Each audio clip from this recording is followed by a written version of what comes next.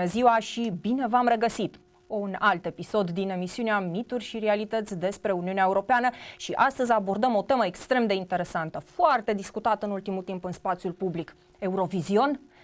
Am vorbit despre Eurovision, am văzut ce s-a întâmplat la ultimul Eurovision, dar oare câte din părerile care circulă în spațiul public sunt corecte, sunt fundamentate și au o rădăcină în realitate? Vă invit să vorbim despre Eurovision astăzi. Ce este Eurovisionul de fapt? Este doar un concurs? Este o manifestare politică la nivelul Uniunii Europene? Cum se desfășoară votul respectiv? Care este rolul juriului? Care este rolul votului popular? Se încearcă prin Eurovision crearea unei identități culturale europene? Se încearcă punerea în valoare a identităților naționale? Toate aceste lucruri le vom discuta alături de invitata mea. Și îi mulțumesc că a acceptat invitația de a face această emisiune cu mine. Catherine Baker, care ne va vorbi astăzi, este lector la Universitatea din Hull din Marea Britanie. Studiază istoria și relațiile internaționale în lumea post-războiului rece și are studii aprofundate privind războiul, armata și cultura populară. Are foarte multe articole scrise pe această temă.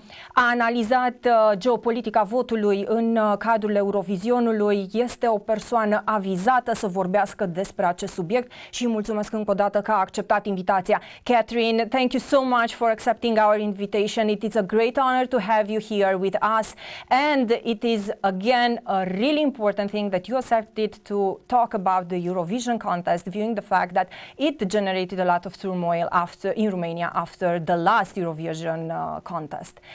Thank you for accepting our invitation and welcome. Hello. I will cut right to the first question, and it's maybe a simple one, but it's a very important one for our discussion because your answer will give a total different perspective on everything that we can approach when talking about the Eurovision Song Competition. My first question is whether the Eurovision Song Competition is linked to any European body, European Union body, is a private or a public contest? So the Eurovision Song Contest is not directly linked to the European Union in any way. It's organised by a completely different body called the European Broadcasting Union. This is an association of public broadcasters which formed in 1950 to cooperate on exchanging radio and TV programming across international borders. Eurovision was the name for its network, and in 1956 it decided to start producing an event of its own which all of its broadcasters would show, and this was the Eurovision Song Contest. No connection whatsoever. So European Union is not imposing something, it's something totally independent. It's totally independent, it always has been. The EBU did form at the same time as political and economic integration in Western Europe started. So Robert Schuman gave his declaration about Western European integration in 1950, the same year that the European Broadcasting Union formed. But these were independent developments, and the role of the EBU is primarily about technological and technical cooperation between public service broadcasters. Thank you so much, because this is very important when we are talking that EU is imposing, when we are talking about Eurovision, is not even linked to the European Union. Yearly we have so many debates. We see the song competition, we look at the show at the TV, sometimes you are even voting.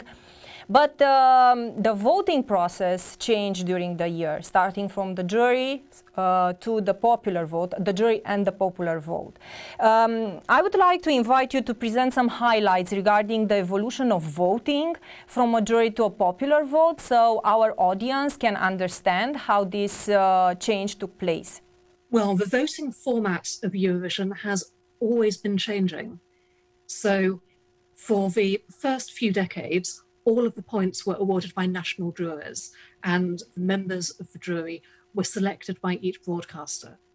But even in those years, there were many different ways of organising the number of jury members or how they would award their points. So the organisers have always been adapting this. And we still don't even know the record of the votes from 1956 in that first contest. The system of points from 1 point to 12 points, which we're familiar with now as part of the Eurovision ritual, that only started in 1975, though it's part of the contest's history now. In 1994, juries started being contacted by satellite, not telephone, and today we're probably used to that, but in the 1990s, that itself was a really big deal, and it seemed like it was changing the contest.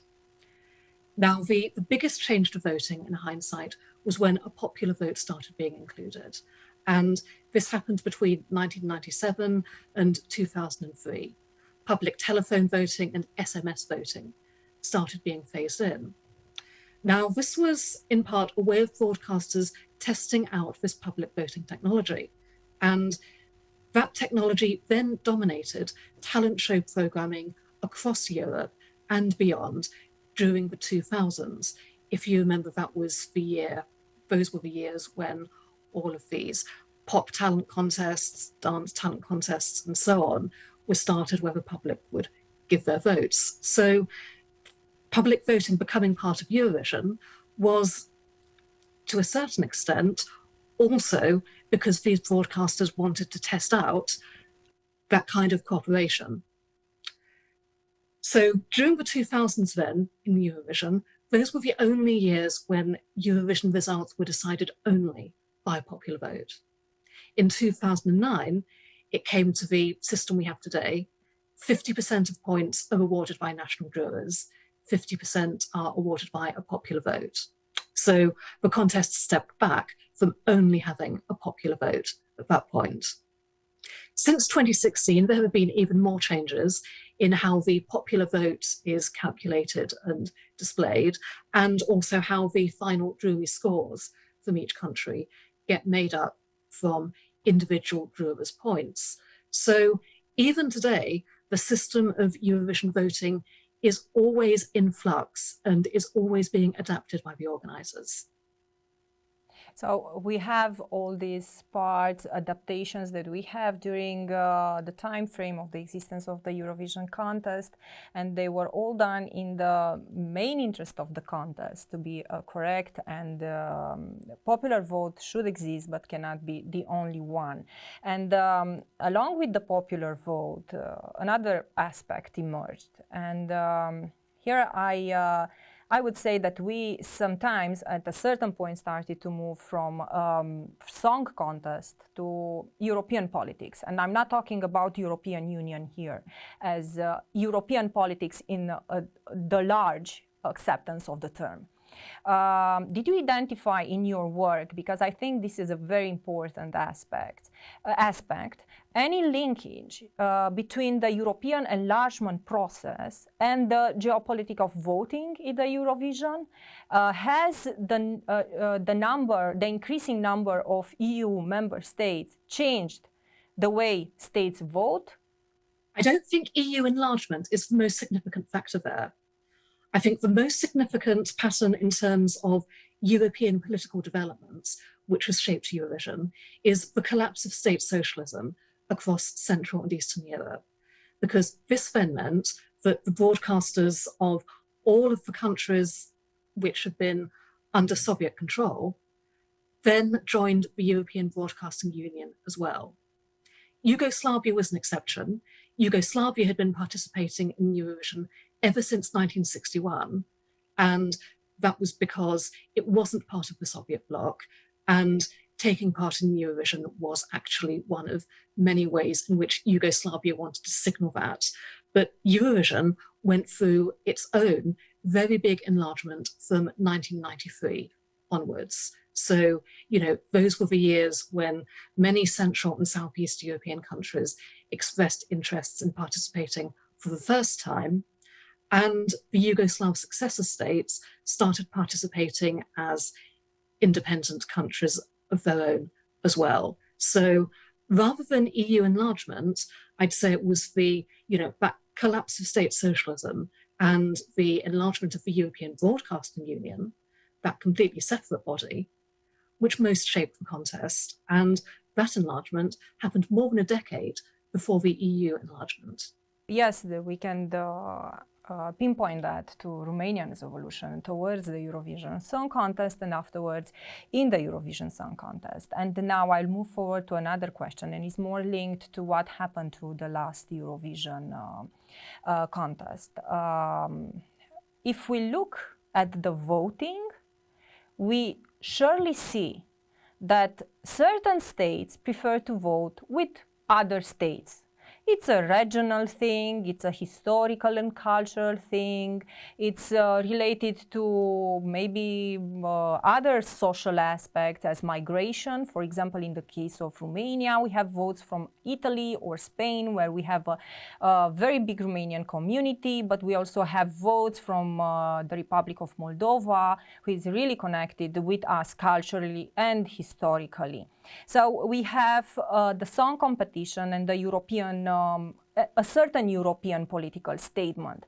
In the last competition, Ukraine won, and it was a lot of turmoil if it's really, it should have won or not, or it's a political statement from the participating states, or it's merely a cultural manifestation, a vote in a European Song Contest. How do you see this? Do you see the Eurovision Song Contest as a political manifestation in some cases, through which states express, or the voters express a certain view on certain matters? Or it's merely we are voting a song and the best song may win? Political contexts are always potentially going to be part of the meaning of a song. So, you know, all of the Eurovision entries have to be selected by the middle of March at the latest, and the contest then happens in May. So, you know, over those 2 months, and sometimes longer than that, clearly they have the chance to acquire, you know, meaning to the people who hear the songs and watch the songs in all kinds of ways.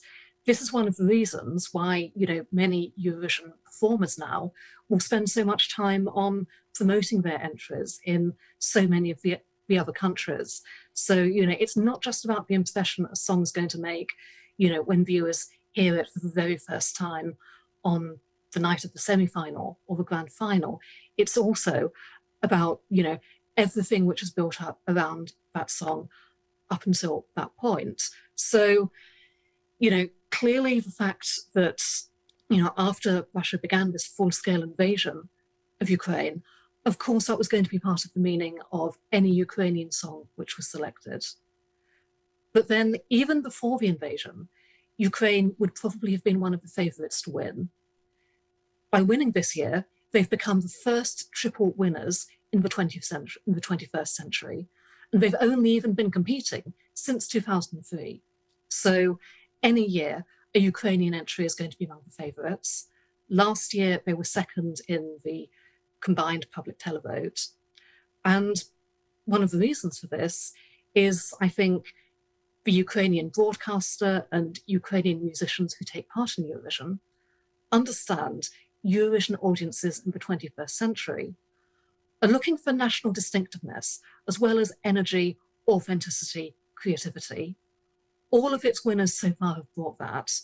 And in the background in Ukraine, ever since the Revolution of Dignity in 2014, there's been a whole cultural movement in Ukraine of musicians, artists, other creators wanting to reinterpret Ukrainian traditions for the 21st century. So, you know, the pool of musicians who can create an entry like that is wide and talented in the first place. Kalush Orchestra reflect that movement, and they would have been one of the favourites even if Russia's invasion hadn't happened. Clearly, the song does now have new meanings inside and outside Ukraine. The singer's tribute to his own mother in the song has become a symbolic tribute to all Ukrainian mothers, and indeed a tribute to a personification of the Ukrainian nation itself. Now, that very symbolic code of personifying an invaded nation through a feminine figure who's suffering is very deeply embedded in the culture of European nationalism throughout the continent. Listeners across Europe were already primed to project those meanings onto Stefania as well, because there are tropes like that in so many other national cultures. And, you know, maybe your Romanian listeners will recognize some of those around them. Even then, however, a song that wasn't as well crafted or wasn't performed as sincerely as Stefania would not have captured audiences' emotions so much as Stefania has done. Yes, because we saw the drama of the war, and it's, as you said, really embodied in what we saw in the last months. So extracting all that and forgetting about it in the public discourse only to pinpoint certain aspects, it's quite interesting. And I really like your remark about connecting the national identity and traditions in a song that expresses more than merely the song, the words in the song, the artist, but the whole history or the whole drama of a nation or the whole tradition of a nation. It's very important. And here I will move to the next question, who is really connected with this, because when we are talking about this, we are talking about national identities and European identity. At the European level, we say we are united in diversity. So we are united, but because our cultural background and cultural heritage is uniting us in a way or another with all the particular aspects from one country to another or from one region to another. Do you believe that what Eurovision is generating, it's closely related as a cultural phenomenon, is closely related to, let's say, European cultural diplomacy and the fact that it is open to other states, not only European Union states, but European states? We have all the states from the Eastern Partnership participating. We have Israel, and we had a long talk about Australia. Do you think that Eurovision is actually opening doors for this cultural diplomacy, European cultural diplomacy? I think potentially it can do. And, you know, this isn't something new about Eurovision either. I mentioned Yugoslavia competing for the first time in 1961, and you know we can see that as an act of cultural diplomacy. It was showing off that Yugoslavia, although it was a state socialist country, wasn't part of the same system as the Soviet Union, for instance, and you know it was giving a sense of a kind of Mediterranean geopolitical identity for Yugoslavia sometimes. That was important when Yugoslavia wanted to attract tourism, as many other states which have used Eurovision for cultural diplomacy have also done. So, the potential for this has always been there in the fact that this is a live televised contest going out onto the airwaves of now more than 40 countries at the same time. And, many of the broadcasters which participate in Eurovision very rarely, if ever, have that kind of platform to address such a large audience in so many countries and shape what people's expectations and understandings are of them. So, this is why Eurovision is a unique platform for cultural diplomacy. I think it became even more so at the beginning of the 21st century. And the participating country which made up most of the platform back at that time was Estonia. So Estonia was a few years away from joining the European Union at that point, like the other member states which were going to join in 2004. And 8 out of those 10 new members were from Central and Southeast Europe. For Estonia, like many other countries, it was very important to communicate a narrative of their nation as modern, European, not conforming to those stereotypes which Western Europeans had of them all through the Cold War and, even before that perhaps. And Estonia had already commissioned a strategy for what's called nation branding, this kind of big cultural diplomacy campaign. Then Estonia won Eurovision, and the government and the city of Tallinn realized what an opportunity this would be to align hosting Eurovision with that cultural diplomacy program. That was so successful, many other broadcasters wanted to follow that lead. Many other governments of those countries as well, saw Eurovision as a good opportunity, and national and local governments, because the city governments are always very important here, were enthusiastic about hosting Eurovision when those opportunities came around. In order to host Eurovision, you have to be able to win the previous year.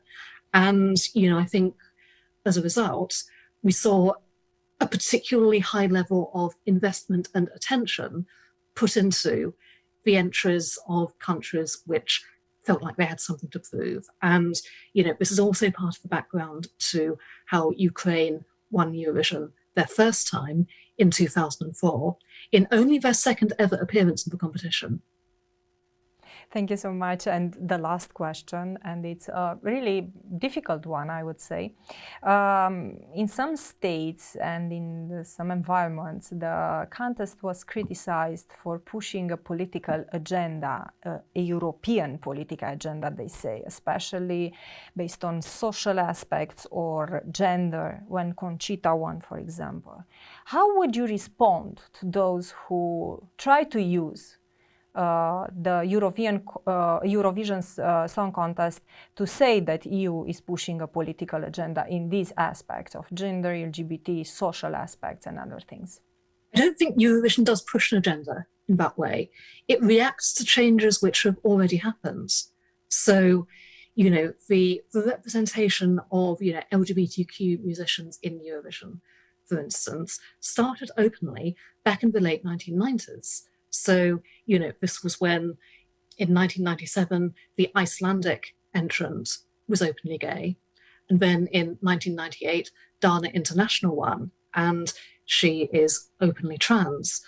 So, if changes had not happened in Iceland, in Israel, in every other country which has sent entries which, are about LGBTQ themes or put openly LGBTQ musicians on stage, then they wouldn't have come to Eurovision in the first place. One of the big messages in Eurovision's branding and visual identity in the 2010s has been about celebrating diversity. And, that's diversity in terms of national cultures, it's diversity in terms of gender and sexuality as well. But that's a result of social transformations which have already happened. So Eurovision couldn't achieve that on its own. It's reflecting what's already there.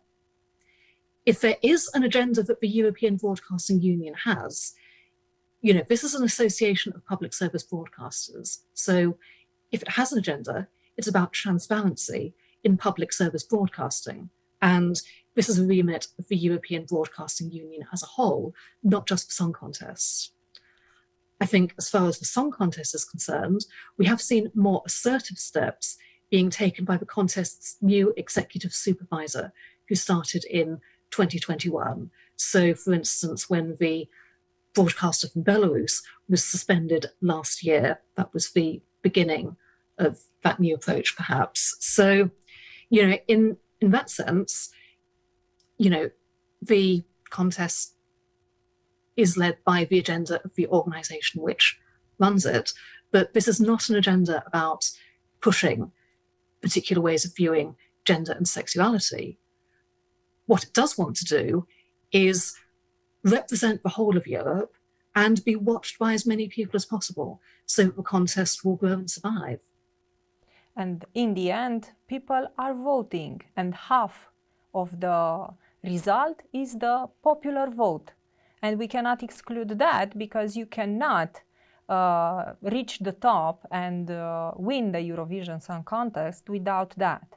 And if you look in the Ukraine's case, is the second largest number of votes in the history of the Eurovision Song Contest. So this is quite relevant. Thank you so much for accepting our invitation, and thank you for responding to our questions so openly and with so much information.